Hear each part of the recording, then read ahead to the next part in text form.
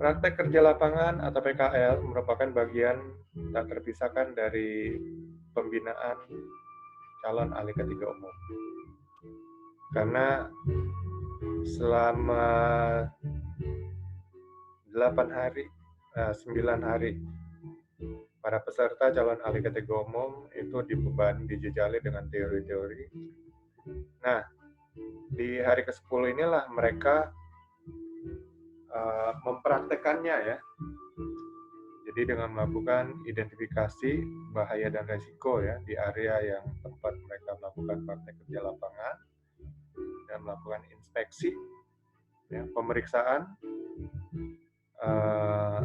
semua alat dan metode perilaku tidak aman, kondisi tidak aman yang ada, mencatatnya, memfotonya jika diperbolehkan, dan kemudian membuat laporan ya, tentang hasil praktek kerja lapangan tersebut.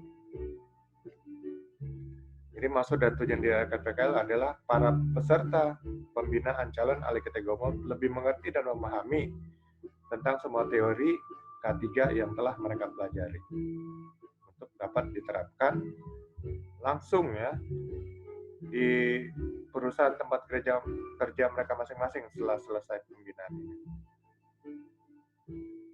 Untuk pembina PKL online ini akan berbeda dengan PKL offline atau tatap muka. Karena di sini para peserta melakukannya sendirian, tidak secara grup. Kemudian para peserta melakukan identifikasi bahaya, inspeksi ya, di suatu tempat ya, dalam satu perusahaan, kemudian mengidentifikasi bahaya dan risiko yang ada ya. Lalu terkait apa ya bahaya dan risiko itu? Apakah terkait regulasi tentang kesehatan kerja, atau tentang mekanik, atau tentang suatu bejana tekan ya, dan kemudian menyebutkan regulasinya yang mana. Kalau lebih spesifik lebih bagus ya, tidak sesuai dengan regulasi apa atau sesuai dengan regulasi apa. Jadi temuan-temuannya nanti temuan positif dan temuan negatif semuanya dicatat ya dan didata. Nah, bisa langsung ya pada saat diadakannya ini langsung sudah siap-siap ke suatu tempat, apakah tempat kerjanya atau tempat kerja temannya ya, yang sudah diberi izin tentunya. Tapi kalau tidak dapat mungkin ya bisa mencari secara online perusahaan apa yang ada, lalu cari data-data ya semua aktivitas kegiatan perusahaan tersebut, lalu kemudian mencari data-data secara lengkap, atau mungkin bisa menghubungi orang yang bekerja di situ, melakukan wawancara secara online dan sebagainya. Nah, semua data-data nanti dicatat, bahwa nanti dibuat laporan ya. Laporan temuan-temuan positif, temuan-temuan negatifnya terkait ya yang ada hubungan dengan semua regulasi K3 yang telah dipelajari ya di semua bidang ya, listrik, profesi kebakaran, kemudian kesehatan kerja, lingkungan kerja, mekanik ya, pesawat angkut dan pesawat tenaga dan produksi, lalu pesawat uap dan bejana tekan, manajemen K3-nya, P2 K3-nya, kalau terjadi kecelakaan apa yang dilakukan dan bagaimana riwayatnya dan seterusnya. Semuanya didata sampai dirasa lengkap ya. Jadi setelah lengkap baru kemudian membuat makalah laporan. Kemudian membuat materi presentasi ya untuk seminar. Materi presentasi bisa dibuat lewat PowerPoint, makalah laporan lewat Microsoft Word. Dan kemudian melakukan presentasi, nanti akan dievaluasi oleh evaluator dari Kementerian Ketenagakerjaan. Semuanya dilakukan secara online. PKL untuk KK3 umum melakukan online sedikit berbeda dengan yang offline. Kalau offline dibagi per grup, terdiri dari beberapa peserta, kalau online mengerjakan sendiri. Kalau offline, materi untuk PKL dibagi rata kepada grup tersebut ya. Jadi umpamanya ada materi untuk pengawasan K3 listrik, pengendalian kebakaran, lalu konstruksi bangunan itu satu grup, lalu kesehatan kerja dan kemudian lingkungan kerja satu grup, lalu pesawat buah bejana tekan ya, kemudian pesawat tenaga produksi dan pesawat angkat angkut, dan SMK 3 mungkin satu grup. Nah gitu. Tapi kalau offline ya semuanya sendirian, semua materi berlakukan ya. Jadi identifikasi baik ditinjau dari semua bidang pengawasan yang ada. Persiapan dilakukan PKL ya, mempersiapkan judul dan tema serta tempat untuk dilakukan PKL secara virtual ya.